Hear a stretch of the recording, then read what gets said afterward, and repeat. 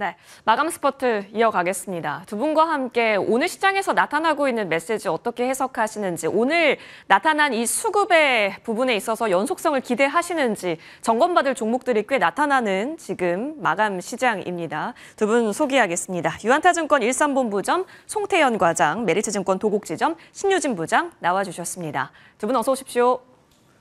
안녕하세요. 예, 반갑습니다. 거리가 다시 좀 멀어졌는데요. 하나씩 좀 얘기 들어보겠습니다. 먼저 가장 궁금한 건 이거일 거예요. 미국이 2050년까지 원전 4배 확대하는 방안에 있어서 트럼프 대통령이 서명을 했더라. 그러다 보니까 미국에 있었던 관련 원전 종목들 다 올랐죠. 그래서 주말 사이에 나왔던 뉴스이기 때문에 오늘 과연 어느 정도로 반영시킬까. 근데 이전부터 반영을 시켰잖아요. 근데 오늘은 사실 유리기판 쪽에 수급을 좀 뺏긴 건가 싶은 생각도 있는데 방향성이 맞다면 계속 우리는 주시를 하는 게 맞을까 싶습니다. 두산 에너빌리티 필두로 얘기 나눠볼 거고요. 송태용 과장님. 사실 쉰다라고 해도 뭐 아랫골이 다 메우고 윗골이 뭐 다시 또 만들고 내려오고 시가 부근인 것 같거든요. 그러면 이걸 계속해서 방향은 이탈시키지 않을래라고 하는 관점이 더 우세한 것인지 싶기도 합니다. 근데 사실 가장 걱정되는 건 계약이 일어난 건 아닌데 기대감이 굉장히 크다는 거거든요. 그러면 더 매수할 수 있는 근거가 됩니까? 일단은 요즘에 이 트렌드 자체가 끝날 때까지는 끝난 게 아니다. 라는 트렌드가 일단 주식 가격에 많이 영향을 미치고 있다고 생각을 하고 있어요. 대부분의 종목군들, 대부분의 섹터에서 가는 종목이 추가적으로 상승이 나오게 되고 그리고 신고가를 갱신을 하는 이런 흐름들이 나오고 있는데 사실 원전 같은 경우에도 보게 되면 말씀하신 것처럼 추가적인 수주에 대한 부분은 나오지 않습니다. 하지만 이것이야말로 추가적인 수주가 나오지 않고 있기 때문에 오히려 기대감에 대한 부분이 계속적으로 주가에 투영이 되고 있다고 생각을 해볼 수 있는 것 같고요. 일단은 관련된 이 이슈 자체도 보게 되면 사실 이 이슈가 처음 나온 것도 아니에요. 그 전에도 일단 서명을 하겠다라고 얘기를 했었었고 그 서명에 대한 내용 자체가 조금 더 확정적으로 지난 금요일 날 나왔던 것 뿐이었었는데 그날 당일날 이제 관련된 미국의 이제 뉴스케어 파워라든지 이런 종목군들이 워낙 크게 반응을 하다 보니까 오늘도 그런 움직임들이 추가적으로 세론으로 그치는 것이 아니라 추가적인 상승으로 이어진 부분이 있었다라고 보시면 될 것 같고요. 다만 이제 주간 거래에 대한 부분 이런 부분을 보게 되면은 약간의 마이너스 이런 뉴스케어 파워라든지 이제 원전 관련된 종목들이 살짝의 마이너스를 기록을 하고 있는데 그런 부분이 이제 이 관련된 국내에 있어서 원전 기업들에 대한 이 추세를 훼손한다 보기보다는 쉬었다가 다시 한 번 더 움직일 수 있게 되는 이러한 부분으로 연결이 되지 않을까라고 생각을 하고 있습니다. 그렇기 때문에 일단은 매수를 한 다음에 홀딩하는 전략은 좀 어려울 수 있는 부분이 있기는 하겠지만 충분히 쉬어가는 부분을 이용을 해서 트레이딩 관점에서는 매수로서 대응을 해도 되지 않나라고 생각을 하고 있고요. 사실상 두산 에너빌리티 같은 경우에는 원전에 관련된 이슈도 있는 부분이 있기는 하겠지만 그 외에도 천연가스 관련된 가스터빈에 대한 부분이라든지 아니면 수소 관련돼서도 요 근래 계속적으로 이슈가 나오고 있는 만큼 그런 부분에서 추가적인 모멘텀은 충분히 더욱더 움직일 수 있는 부분이 있다라고 생각을 하고 있고 이 원전 관련된 종목들도 보면 오늘 사실 일진파워 같은 경우에 못 움직이고 있다가 거래량에 대한 부분이 많이 발생을 하는 이런 부분이 있었었는데 추가적으로 이렇게 못 움직이는 종목군들에서에 대한 종목 찾기도 더욱더 이루어질 수 있을 테니까 그런 부분에 우리가 더욱더 관심을 좀 많이 보여야 되지 않을까 이렇게 생각을 하고 있습니다. 원전주는 그러면 두산 에너빌리티뿐만이 아니라 오늘 좀 물론 시가가 고가였던 종목도 있긴 하잖아요. 일진파워도 있고. 근데 지난주 금요일에 G2파워나 이런 종목이 상한가 안착하기도 했었는데 이쪽도 좀 그러면 기회를 주고 있다라는 의견이실까요, 송 과장님? 두산 에너빌리티라든지 이러한 이제 지표가 될 수 있을 만한 종목군들이 주가의 흐름이 추세가 깨지지 않는 한에서는 계속적으로 이러한 이제 못 움직였던 종목군들에서에 대한 기회를 발생을 시킬 수밖에 없다라고 생각을 하고 있고요. 그런 부분이 이제 종목별로 조금씩 다를 수 있는 부분은 있겠지만 많이 안 움직였었던 종목이었던 뭐 우진엔텍이라든지 뭐 이런 종목군들에서도 충분히 다시 한 번 더 슈팅이 나올 수 있을 테니까 원전 이 사이클 내에서에 대한 움직임 좀 적었던 종목군들 그런 부분을 생각을 해볼 수 있는 것 같고 그리고 또 추가적으로 요즘 건설에 관련돼서도 이제 원전에 관련된 부분이 움직이고 있잖아요. 그런 부분을 한 번 더 생각을 해보고 또한 덕선 네오룩스도 보게 되면은 자회사에서 이제 원전 관련된 부품에 대한 공급이라든지 이런 부분이 부각을 받게 되면서 한 번 정도의 슈팅이 나오고 그리고 나서는 약간의 횡보 구간이 나오고 있거든요. 충분히 이런 횡보 구간을 이용을 해서 매수로서 대응할 수 있는 이러한 투자의 아이디어는 계속적으로 활용해 볼 수 있다라고 보시면 될 것 같습니다. 맞습니다. 언급해 주신 바와 같이 지금 현대건설 금요일이죠. 엄청 올랐는데 오늘 또 오르고 있고요. 삼성물산도 원전이 껴있잖아요. 굉장히 강합니다. 그 가운데 조금 쉬고 있다면 트레이딩 관점으로서는 충분히 매수 또한 가능하다라고 지금 펀더 이슈 쪽에서는 분석이 나왔습니다. 그럼 기술적으로 한번 들어가 볼게요. 어디까지 지지를 받을 경우 우리는 마음 놓고 매수가 가능한 걸까요? 지금 한 달 사이에 거의 쉼없이 한 7, 80% 그쵸. 올랐는데요. 좀 부담스러워 보일 수 있지만 저도 여전히 사자 매수. 의견이고요. 이격도가 좀 벌어져 있어서 여기에서의 약간의 조정 가능성 열어두고 매수 진입 여전히 추천드리고 있고요. 단기간에 오른 만큼 뭐 당연히 좀 앞으로는 좀 가파른 오름폭 없이 여기선 좀 꾸준하게 그냥 옆으로 천천히 네. 우상향하는 추세 이어가지 않을까 생각하고 있습니다. 일단 주도주로 자리 잡았기 때문이고요.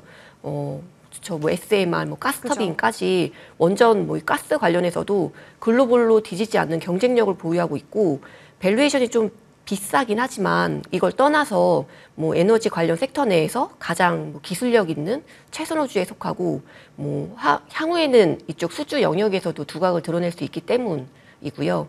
일단 뭐 대형 원전에서의 경쟁력 바탕으로 뭐 아직 소형 원전인 SMR이 본격 상용화된 건 아니지만 필요성이 커지고 있고 뭐 유럽에 이어서 이제 미국에서도 그리고 이제 중국까지도 원전이 이제 대세로 합류했기 때문에 상용화 시기는 앞당겨질 것으로 보입니다.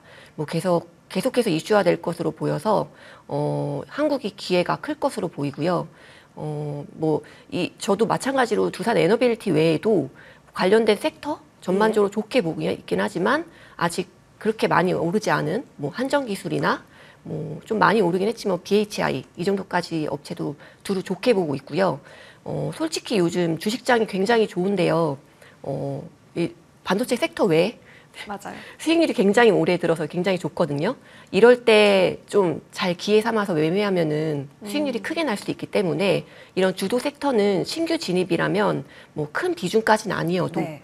조금씩은 가져가는 게 좋지 않을까 생각하고 있습니다.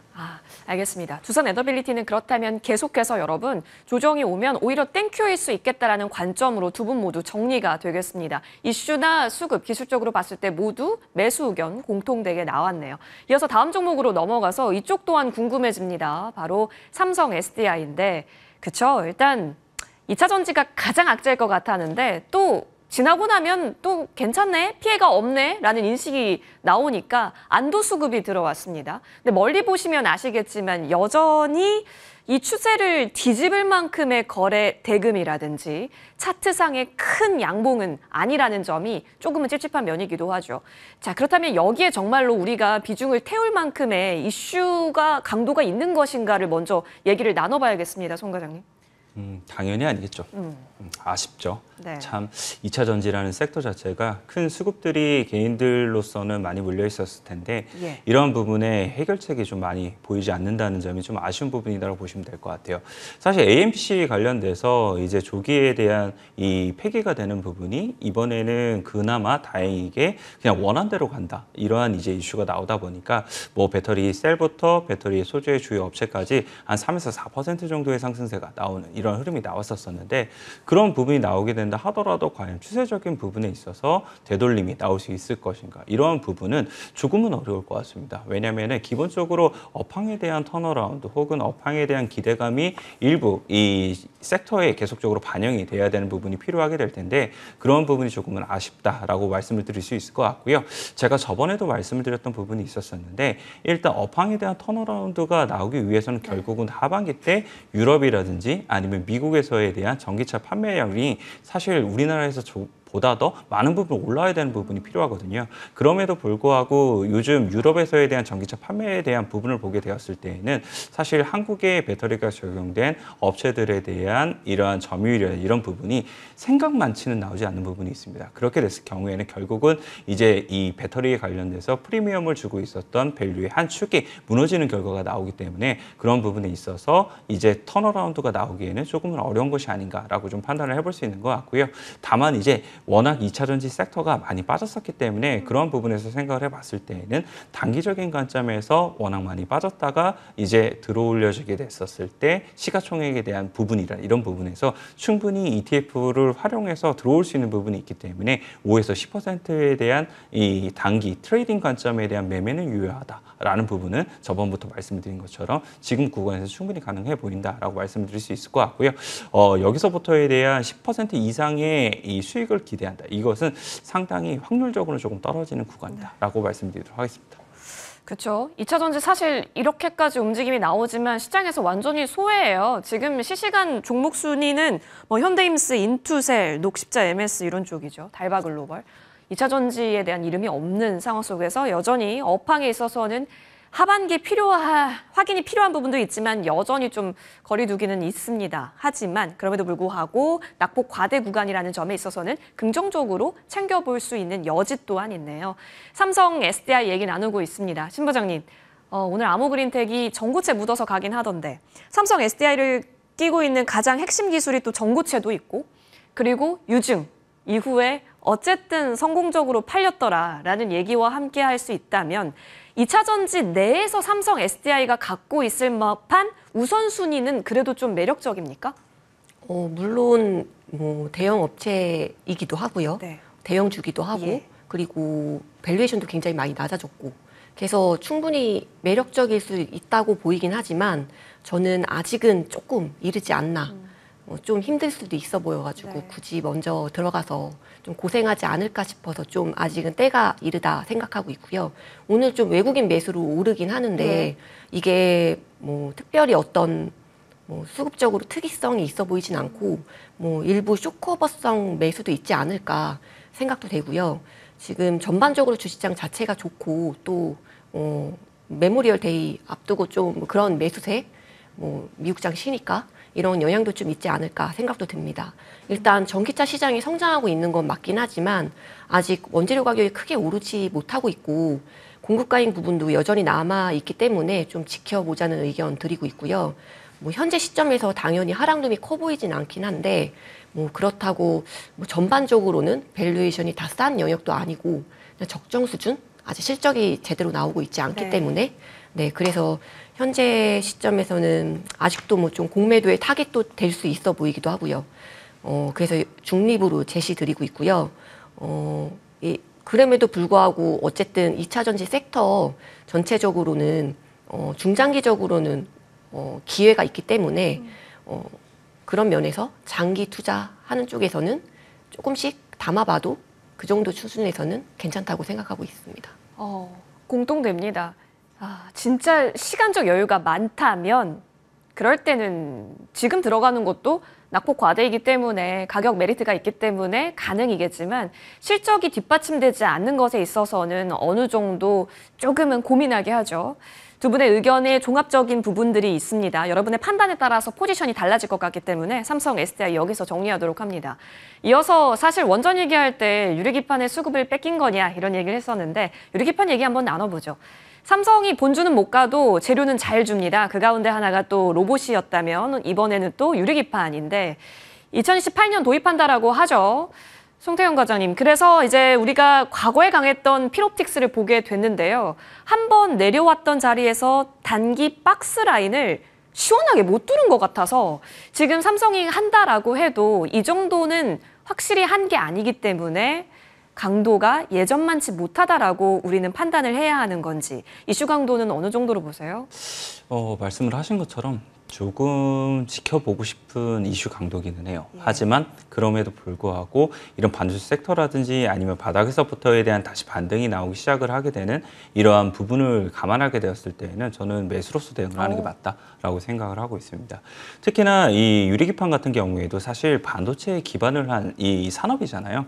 반도체 섹터가 사실 투자하기가 많이 까다로운 부분이 있게 되는데 대부분 첫날 의심해서 접근하지 않고 이틀, 3일 이렇게 올랐을 때 우리가 이제 가나보다 하고 접근을 하거든요. 그렇죠. 네. 보통 그럴 때 다시 한 번 더 조정이 나오게 되고 거기서부터의 3, 4일 조정 이후에 다시 한 번 더 모두 다 손절을 하게 되는 이렇게 이 계속적으로 안 좋은 악순환에 대한 부분이 많기 때문에 저는 그런 관점에서 생각을 해봤을 때는 피롭틱스는 오늘 첫 번째에 대한 반등 그리고 생각보다 거래량도 나쁘지 않게 터졌다는 점을 감안하게 되었을 때는 충분히 접근을 한번 해볼 만한 이러한 사이즈가 된다라고 생각을 하고 있습니다.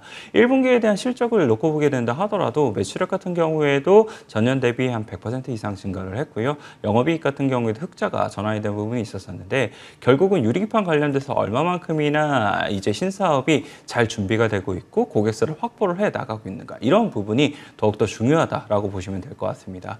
결국 이 피롭틱스가 하고 있는 장비를 보게 되면은 사실 이 TGV라고 해서 잘 뚫는 장비를 이걸 만들고 있는 부분이 있거든요. 그 부분에 있어서 소재 업체라든지 아니면은 이제 국내에 있어서 네노라는 업체의 향으로 고객사를 계속적으로 늘려가고 있다라고 좀 보시면 될 것 같고요.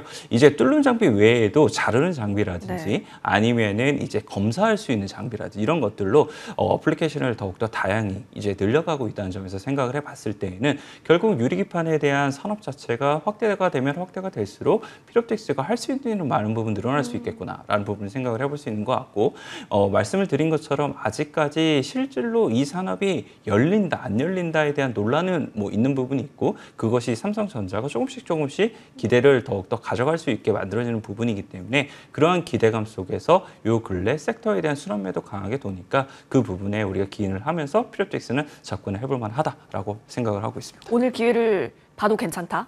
저는 괜찮다라고 생각을 하고 있고요. 사실 이 생태계 내에서 보게 되면은 SKC라는 이제 큰 그렇죠. 기업이 있게 되고 그 외에 이제 보게 되었을 때 피롭틱스라든지 아니면 삼성형 관련돼서는 캠트로닉스라든지 아니면 소재 관련돼서는 YC캠 이런 업체군들이 더 있거든요. 이런 업체군들을 중심으로 조금 더 중점적인 업체들이 일단은 이 초반에 더 많이 움직일 테니까 다시 한 번 더 그런 업체들 중심으로 접근을 하자라고 생각을 하고 있습니다. 과장님 성향 차일 것 같은데 SKC보단 피롭틱스가 과장님이라면 더 손이 갑니까?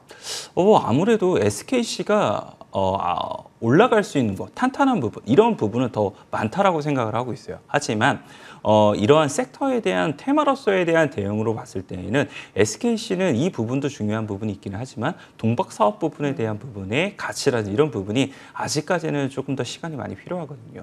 요 근래 SKC에 관련된 이런 목표 주가라든지 이런 부분을 보게 되었을 때에는 대부분 목표 주가가 TP가 하향되고 있습니다. 그 원인을 보게 되었을 때에는 결국은 이제 이 동박 사업 부분에 대한 이러한 적자가 더욱더 시간이 필요하다. 여기에 기인이 되고 있거든요. 그런 부분에서 생각을 해봤을 때 SKC도 단단하게 올라갈 수 있고 이 사업이 정말 영위가 됐을 때에는 큰 플레이어로서에 대한 역할을 할 수 있겠지만 지금 그런 유리기판이 정말 지금부터 아예 가동이 되게 되고 양산을 시작하느냐 이거는 조금 더 시간 필요하다. 그것은 12월 달 넘어가면서부터에 대한 양산이 정말 시점이 다가왔을 때쯤 SKC는 정말 주가가 좋게 뽑아낼 수 있지 않을까 이렇게 생각을 하고 있습니다. 뜨거운 여름 구간은 좀 지나봐야지 윤곽이 잡히겠네요. 그렇다면 그 전에는 피롭틱스 왜냐하면 활용 가능성이 많아질 테니까요. 오늘도 기회를 주고 있다라는 관점으로 매수 의견 주셨습니다. 자, 그러면 피롭틱스 현재 구간도 지금 좀 안정적으로 매수 진입이 가능한 건지 오늘 한 15%대 움직임 나오고 있습니다. 사실 피롭틱스가 과거에 보였었던 끼가 엄청납니다, 신 부장님. 그런 관점에서 역시나 오늘 기회를 주신다고 생각하시는지요? 네, 저도 매수 관점이고요. 네네. 물론 좀 조정받다가 여기서 거래량 터져서 올라가는 거기 때문에 충분히 지금 이 차트상에서는 진입하기 괜찮은 구간이라고 생각하고 있고요. 오늘 60일선 뚫고 올라갔는데 분봉 흐름도 크게 밀리지 않고 있거든요. 그래서 좀 괜찮다고 보고 있고요. 이게 최근에 계속 조정을 보였었다가 이제 삼성전자 유리기판 이슈로 한꺼번에 수급이 좀 터지긴 했는데 이 유리기판이라는 것 자체가 이렇게 먼 시점이 아니라 일단 올해 뭐 시제품 출시한다. 그다음에 뭐 내년 본격 양산에 들어간다. 이런 이슈로 터진 거기 때문에 이게 단기간의 이슈로 지나진 않을 거로 보이고요. 원래 이게 죽어 있었던 테마 섹터도 아니었고 단지 반도체 섹터가 좀 약하고 또 삼성전자 경쟁력이 좀처럼 올라오지 못해서 좀 두각을 좀 드러내지 못했을 뿐이었지 언제든 다시 터질 이슈긴 했었거든요. 그래서 다시 어떻게 보면 재생산될 이슈였기 때문에 지금 뭐 여기 이 수준에서는 적어도 당분간 흐름은 좋을 거로 생각하고 있고요. 이전에 고가 수준까지 가기에는 좀 시간은 좀 걸리지 않을까 생각되는 거는 이게 여전히 말씀드린 대로 뭐 삼성전자 좀 약하고 좀 반도체 섹터 좀 약해서 이게 막 불기둥 세우며 올라가진 않을 것 같고 예. 좀 천천히 가지 않을까 생각되긴 합니다. 그렇다면 오히려 안정적으로 좀 포트에 어느 정도 있어도 나쁘지 않겠다라는 판단이 될 수도 있겠습니다. 두 분 모두 의견이 공통입니다. 필옵틱스는 매수로 대응하는 것으로 오케이 사인을 주셨습니다. 자, 그러면 이어서 다음 종목으로 넘어갈까요? 바로 방산주인데요. 현대로템입니다. 보통 방산이 갖고 있는 영업이익률이 10%가 안 되는데 현대로템은 40%의 영업이익률이 육박한다더라. 그렇다면 지금 구간도 묻지도 말고 매수가 가능한 거 아니냐라는 KB증권의 리포트가 있었습니다. 물론 실적 좋은 거 좋죠. 근데 안 올라왔던 자리가 아닌 구간에서 이렇게까지 강하게 매수를 외칠 수 있다라는 것, 그 자신감 보고 매수해야 되는 건지. 송태훈 과장님은 어떤 평가 주세요? 말씀을 하신 것처럼 오늘 레포트 발간됐었죠. 예. 아주 제목이 자극적이더라고요. 자극적이었죠. 네. 하지만 그런 부분도 중요한 부분이 있기는 하겠지만 저는 다른 원인이 상당히 많다라고 생각을 하고 있어요. 일단은 말씀하신 것처럼 영업이익률에 대한 30%. 물론 다른 업체들이 10%대권이 나왔었다. 라고 하고는 있지만 대부분 다른 업체들 같은 경우는 해외 수주를 받기 시작을 하면서 영업이익률은 다 같이 올라오고 있거든요. 그런 부분보다는 저는 일단은 다음 달에 있을 이제 나토 정상회의에서 이제 미국의 국무장관이 거기서부터에 대한 나토 회원국들에게 국방비에 대한 부분을 증액을 하라라고 이야기를 할 수 있는 부분이 많기 때문에 그런 모멘텀에 의해서 추가적인 수주에 대한 기대감이 상당히 더욱더 높아지고 있는 이런 이 방산 섹터가 되고 있다라고 보시면 될 것 같고요. 또 하나는 현대로템이 투자 경고가 이번에 해제가 되는 부분이 있었습니다. 이번에 투자 경고가 해제가 되고 이제 투자 주의로 이제 내려갔던 부분이 있었었는데 그러한 부분에서 기관들이 그 이전에 이제 경고로 인해서 수급적으로 진입을 하지 못했던 부분이 있었었는데 오늘 그런 부분이 어느 정도 전략적으로 수급적으로 같이 함께 들어온 부분이 있지 않나라고 생각을 하고 있고 그리고 오늘 외국인에 대한 매수가 많은 부분 찍히는 부분이 있게 되는데 일부는 그러한 전략에 기인을 하게 되면서 외국인 투자자라든지 아니면 일부 CFD 계좌 관련돼서도 들어온 부분이 있었을 거거든요. 그러한 관점에서 오늘 현대로템이 강한 상승이 나왔다라고 생각을 하고 있습니다. 그래서 저는 현대로템 같은 경우에는 일단 한 번에 다 매수를 하시기보다는 분할 매수로서 지금 구간에서 대응하는 것이 보다 더 맞다라고 생각을 하고 있고요. 현대로템이 이렇게 움직였으면 당연히 똑같은 투자의 아이디어로서 활용을 해볼 만한 종목이 있지 않을까라고 생각을 해볼 수 있을 것 같아요. 그런 업체로서는 이 HD 현대중공업을 생각을 해볼 수 있는 것 같고요. 현대중공업 역시나 투자 경고를 받게 되고 투자 경고로 인해서 주가의 조정을 받았던 부분이 있었습니다. 하지만 역시나 수주에 대한 부분 그리고 실적에 대한 부분이 현대로템과 함께 계속적으로 좋아지고 있는 이러한 부분을 보이고 있는데 HD 현대중공업의 이제 투자 경고에 대한 해제 판단일을 보게 되면 6월 2일이거든요. 그럼 6월 2일 전까지 즉 이번 주의 후반 정도에 HD 현대중공업을 매수를 해서 이 6월 2일 날 투자 경고가 해제가 되고 난 6월 3일, 4일 날 정도에 똑같이 현대로템과 비슷한 정도의 흐름이 나오게 됐을 때에는 그 부분에서는 벌써 수익률로 올라가서 수익이 날 수 있는 이러한 전략을 사용하기 좋은 다음에 투자의 아이디어로서 활용하도 되지 않을까 이렇게 생각을 하고 있습니다. 아이디어 좋네요. 사실 여러분 요즘 진짜 패턴을 잘 읽어야 되는 시장이기도 해요. 왜냐하면 주도 섹터 교체가 없었기 때문에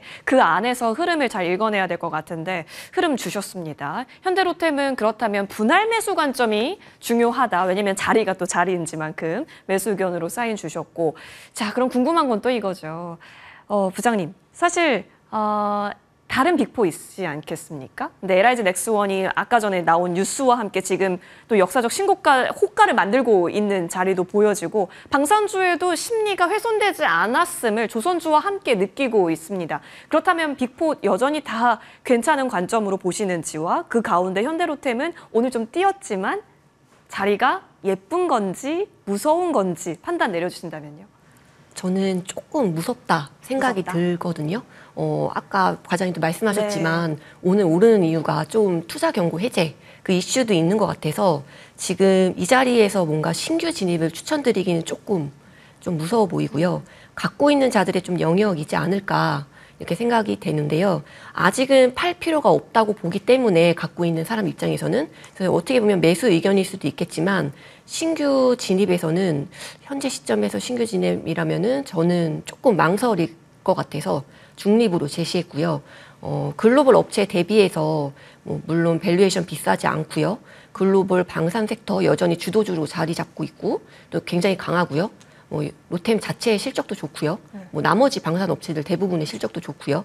이 실적이 당분간 좀 이어질 것 같고 크게 깨지지 않을 것으로 보여가지고 이랬을 경우에는 매수 의견 드리고 오늘 갭상승 나오긴 했지만 그래도 매수 의견을 드리는 편이긴 한데 일단 조금 망설여지는 거는 시장에서 기대 중이었었던 폴란드 이런 네. 계약들이 조금씩 늦어지는 거 있지 않아서 그런 부담감 때문에 좀 매물 출회가 있지 않을까 생각도 들고 지금 실적 어떻게 보면 EPS로 성장하고 있긴 하겠지만 앞으로 성장하겠지만 밸류에이션이 더 높아지기는 힘들지 않을까 생각돼서 조금 네 조심하면서 접근하자 이 생각이고요. 네 이렇게 주가라는 게 어떻게 보면 계속 오를 수는 없기 때문에 좀 한 템포 쉬어갈 수 있겠다 생각이 들어가지고 지금 자리에서는 좀 신중하자 의견 드리고 있습니다. 차라리 주가가 내렸을 때는 그렇다면 긍정은 유지하시는 거겠네요. 그렇죠. 갭으로 많이 뛰었기 예, 때문에 그쵸. 좀 그런 의견인 거지. 신규 진입에서 좀 네. 신중하자 의견인 거지. 그렇다고 갖고 있는데 여기서 네네. 팔자 의견은 아닙니다. 주도주이기 알겠습니다. 때문에. 좋습니다. 그럼 여러분 해결이 되셨을 것 같아요. 물론 좋게 보고 있는데 주가가 갑자기 또 튄 부분도 있기 때문에 지금은 갭상승을 좀 메우는지를 보면서 다음 우리에게 기회를 주는지 보겠습니다. 다만 이 관망이 부정의 관망이 아니라 긍정의 관망이라는 점으로까지 현대로템은 정리합니다. 이어서 오늘 비만주 혹시 쭉 돌려보셨을까요? 통통한 양봉 자랑하고 있습니다. 그 가운데 펩트론 좀 보겠습니다. 지속형 비만 치료제 관련해서 특허 이슈가 좀 부각이 된 것으로 보여집니다. 그러니까 반도체 유리기판이 있다면 제약바이오에는 비만주가 있는 것 같습니다. 송태훈 과장님, 잊을만 하면 쉬겠지 싶었는데 안 쉬어요. 꽤 강하다라고 볼 수 있을 것 같습니다. 그 가운데 펩트론이 오늘 좀 시세가 나오는 것에 있어서 비만주가 그룹 액션을 보인다라고 봐야 할지 아니면 펩트론에 강화시켜서 우리가 종목을 바라봐야 할지 구분을 먼저 해주신다면요. 일단은 비만 섹터가 계속적으로 강하다. 이게 더 맞는 것 같아요. 네네. 결국은 신규 이러한 이제 모달리티 중에서 비만에 대한 섹터는 계속적으로 돈이 된다라고 판단을 하고 있고 빅파마 역시도 관련돼서 계속적으로 이제 지속형에 대한 부분이라든지 아니면 경구형 관련돼서도 계속적으로 관심을 많이 갖고 있기 때문에 그러한 부분이 결국은 돈에 대한 흐름이 이 섹터 안으로 유입이 될 수밖에 없게 되는 이러한 구간으로 계속 진입을 하고 있다라고 보시면 될 것 같고요. 펩트론 같은 경우에도 오늘 계속적으로 신고가를 갱신을 하는 이런 흐름이 나오고 있는데 경구용 관련돼서도 이제 이야기가 나오는 인벤티지 랩이라든지 아니면은 우리나라에 있는 전통 제약사인 한미약품이라든지 이런 쪽에서도 이제 좋은 흐름들이 나오고 있거든요. 이러한 관점에서 생각을 해봤을 때에는 비만 섹터에서에 대한 주가의 흐름은 아직 부러지지 않았구나라고 생각을 해볼 수 있는 것 같고 다만 이제 펩트론에 한해서 생각을 해봤을 때에는 여기서부터 매수를 해서 홀딩에 대한 전략을 사용할 것인가? 그거는 무리는 있다라고 생각을 하고 있어요. 다만 이제 아까도 말씀을 드린 것처럼 끝날 때까지 끝난 게 아니기 때문에 추세를 훼손하는 강력한 매도에 대한 시그널이 나오기 전까지는 트레이딩 관점에서는 계속적으로 유효하다라고 생각을 하고 있고요. 다만 이제 펩트론이 부담스럽다라고 생각을 하고 그리고 펩트론과 비슷한 움직임이 나올 수 있는 업체가 어디일 것인가? 이러한 관점에서 생각을 해봤을 때는 저는 D&D 파마텍이 많이 오르기는 했지만 추가적인 상승이 더욱더 이어질 가능성이 가능성이 높지 않나라고 생각을 하고 있습니다. 그래서 그런 부분에서 생각을 해봤을 때는 펩토론에 접근을 하는 것보다는 D&D 파마텍에서 수익률을 조금 더 오버퍼폼하게 가져가는 것들이 지금의 수익률 구간에서는 훨씬 더 좋을 수 있는 부분이 있다라고 생각하고 있습니다.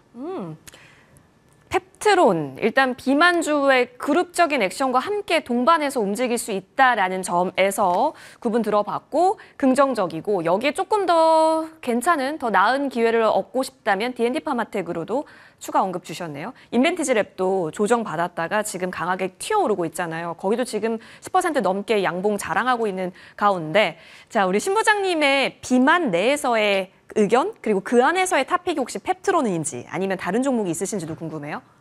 비만 내에서에는 탑픽은 펩트론 그래요? 생각하고 있고요. 근데 여기에서 신규 진입은 좀 조심해야 되지 않을까 생각은 합니다. 지금 의견은 매수 의견이긴 한데 바이오 자체가 좀 아까 어떻게 보면은 좀 비슷한 뭐 컨셉일지 모르겠지만 그러면 많이 올랐기 때문에 조정 가능성 열어두고 그러면은 좀 뭐 그렇게 봤을 때는 네, 좀 조정 나올 수 있는데 바이오 자체는 이렇게 미래의 장밋빛 전망을 보고 가는 거잖아요.